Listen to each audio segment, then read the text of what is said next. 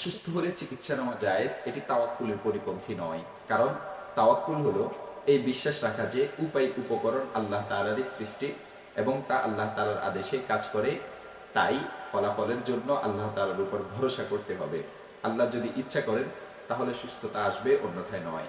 হাদিসে আছে প্রতিটি রোগের চিকিৎসা রয়েছে, যখন রোগ অনুযায়ী চিকিৎসা করা হয় তখন আল্লাহ তাআলার হুকুমেই আরোগ্য লাভ হয়। দেখতে পারেন সহিহ মুসলিম হাদিস নং 5697। আর স্বয়ং রাসূল সাল্লাল্লাহু আলাইহি ওয়াসাল্লাম যেখানে চিকিৎসা গ্রহণ করেছেন এবং অন্যদেরকেও চিকিৎসা গ্রহণ করতে বলেছেন, সেখানে একে তাওয়াক্কুলের পরিপন্থী মনে করা আদৌ ঠিক নয়। এ সম্পর্কে অনেক হাদিস এবং আসার রয়েছে। কিছু হাদিস এবং আসার আপনাদের সামনে পেশ করতেছি। এক, হযরত আবু দারদা রাদিয়াল্লাহু তাআলা থেকে বর্ণিত, রাসূল সাল্লাল্লাহু আলাইহি ওয়াসাল্লাম বলেছেন, আল্লাহ তাআলাই রোগ ও ওষুধ সৃষ্টি করেছেন এবং প্রত্যেক রোগের চিকিৎসাও তিনি সৃষ্টি করেছেন, অতএব তোমরা চিকিৎসা গ্রহণ করো। সুনানে আবু দাউদ হাদিস নং 3864। হযরত উসামা ইবনে শুরাইক রাদিয়াল্লাহু তাআলা আনহু বলেন, কতিপয় মরুবাসী রাসূল সাল্লাল্লাহু আলাইহি ওয়াসাল্লামকে জিজ্ঞাসা করলেন, আমরা কি অসুস্থ হলে চিকিৎসা নিব?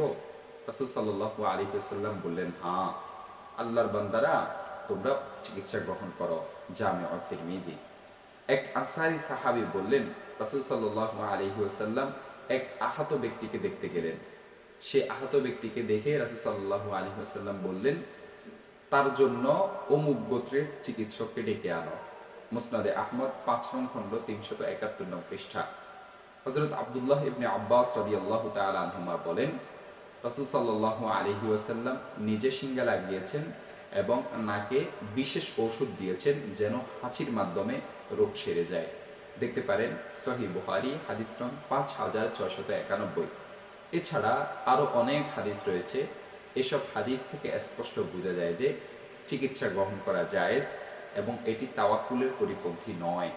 দেখতে পারেন আসিয়ারুল কবির 1 নং খণ্ড 92 নং পৃষ্ঠা, শরহুন নববী 2 নং খণ্ড 225 নং পৃষ্ঠা, ফাতাওয়ায়ে ইবনে তাইমিয়া 18 নং খণ্ড 12 নং পৃষ্ঠা, ফাতাওয়ায়ে হিন্দিয়া 5 নং খণ্ড 354 নং পৃষ্ঠা, আল মুহিতুল বুরহানি 8 নং খণ্ড 80 নং পৃষ্ঠা, আল যাখিরা 12 নং খণ্ড 307 নং পৃষ্ঠা, আহকামুল আদাবিয়া 35 নং পৃষ্ঠা। আরো দেখতে পারেন বাসাইরে হাকিমুল উম্মত 371 নং পৃষ্ঠা, আল মাওসুআতুল ফিকহিয়া 11 নং খণ্ড 116 নং পৃষ্ঠা।